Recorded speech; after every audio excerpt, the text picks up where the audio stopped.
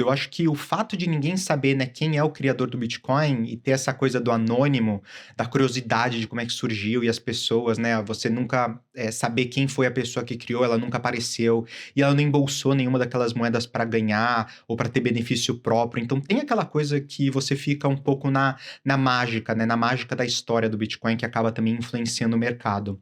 E eu acho que hoje o Bitcoin ele é considerado, né, o gold standard, que é o termo que as pessoas dizem, né, que é o melhor, que é o crème de la crème, a melhor criptomoeda que tem no mercado, pelo fato justamente dela ser limitada. Então, quando você pega, por exemplo, um Ethereum, um outro tipo de protocolo, você pode, sempre que você tiver demanda ou necessidade, você pode criar, gerar mais, aumentar o número de tokens disponível. E o Bitcoin, pelo fato dele ser limitado, né, ele é uma moeda que os economistas chamam de deflacionária, que é diferente, por exemplo, de uma moeda fiat, né, um euro, um dólar, um real, que você pode sempre imprimir mais moeda, né, e isso obviamente gera inflação, porque você está colocando mais moeda em circulação no mercado. O Bitcoin é o contrário, é uma moeda que é deflacionária, porque então a escassez, né, pelo fato de, como a gente sabe, só existem 21 milhões de moedas e praticamente 80% delas já foram minadas, você tem uma escassez da moeda, ela sempre vai diminuir a disponibilidade, nunca vai aumentar a disponibilidade dela. E isso faz dela ser uma moeda deflacionária.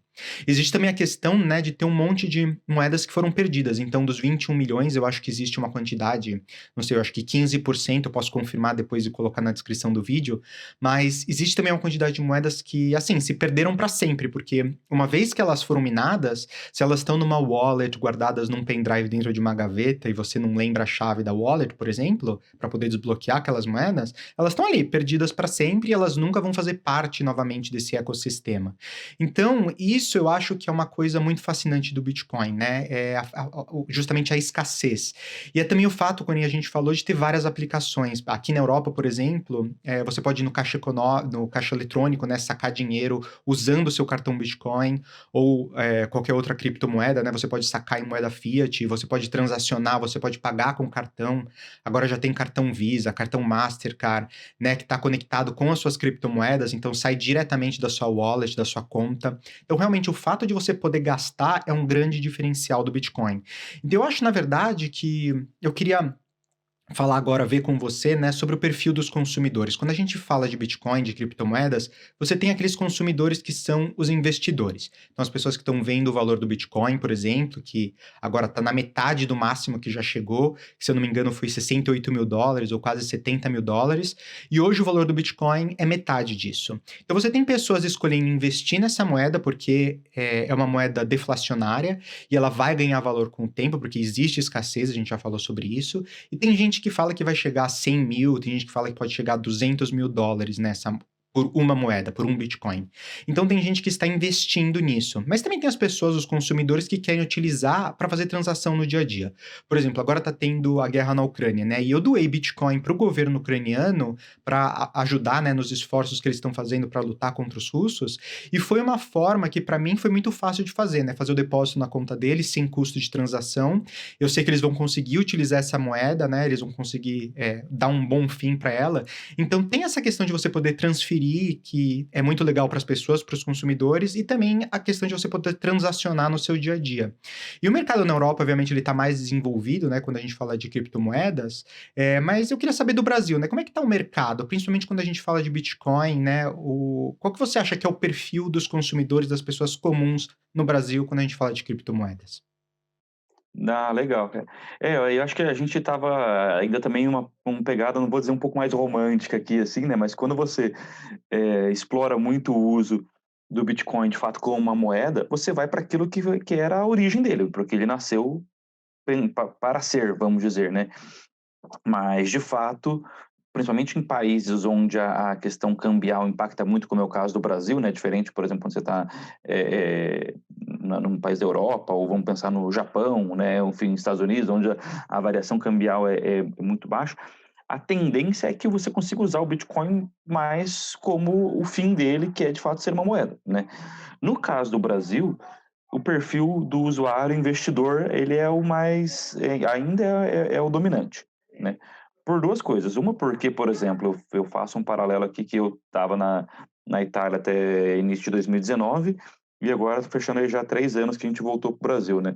Então, os 50 euros que eu coloquei lá comprando um Bitcoin, além desse Bitcoin ter valorizado, quando ele depois ele fica na minha wallet ali, eu vou passar depois, vou fazer uma transferência no exchange lá, eu vou fazer ele voltar para dólar. Putz, eu tenho um ganho duplo, eu tenho a minha valorização do Bitcoin, depois a parte do câmbio ainda, então ele acaba se tornando um belo do investimento, né?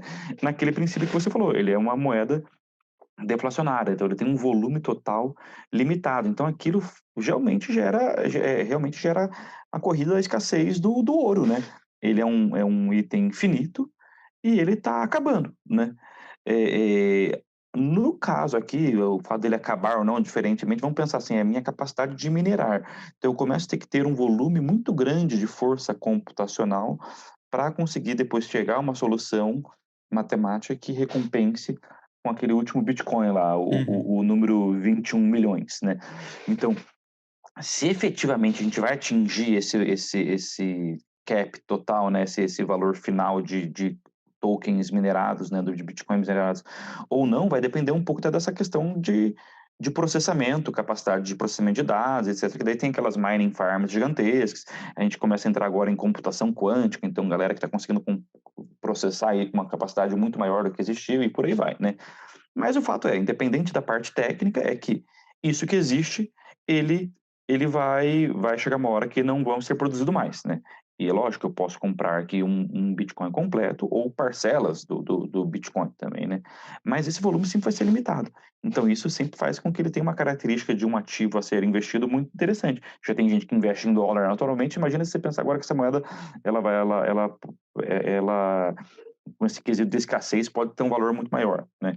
Então, por aí vai. Sim. Então, eu acho que ainda esse perfil do consumidor brasileiro ainda ele foca muito, mesmo sem às vezes nem entender de todas essas vertentes técnicas aqui, eu olho lá porque inclusive no Brasil ele para você, comprar ali as suas criptomoedas com uma certa confiança, você vai em instituições que já estão registradas na CVM, você começa a ter fundos de investimentos que são compostos por investimentos em carteiras de moedas, então o cara ele nem entende como é que é entrar num exchange e comprar um Bitcoin.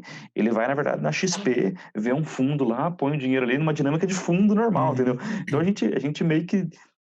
Aí até não sei dizer o quanto isso tem essa prática nos outros países do mundo, né? Mas enfim, no Brasil tem. É um negócio que para mim é um pouco diferente, porque a gente que pegou mais o early stage lá dos 2016 por aí, você tá acostumado que, cara, eu vou comprar criptomoedas como se fosse uma loja de câmbio, né? Uhum. Aqui eu acho que a gente ainda não tem tanta essa cultura, né? Fica muito mais nesse viés de visão do investimento, um ativo que varia de valor, e tal, né?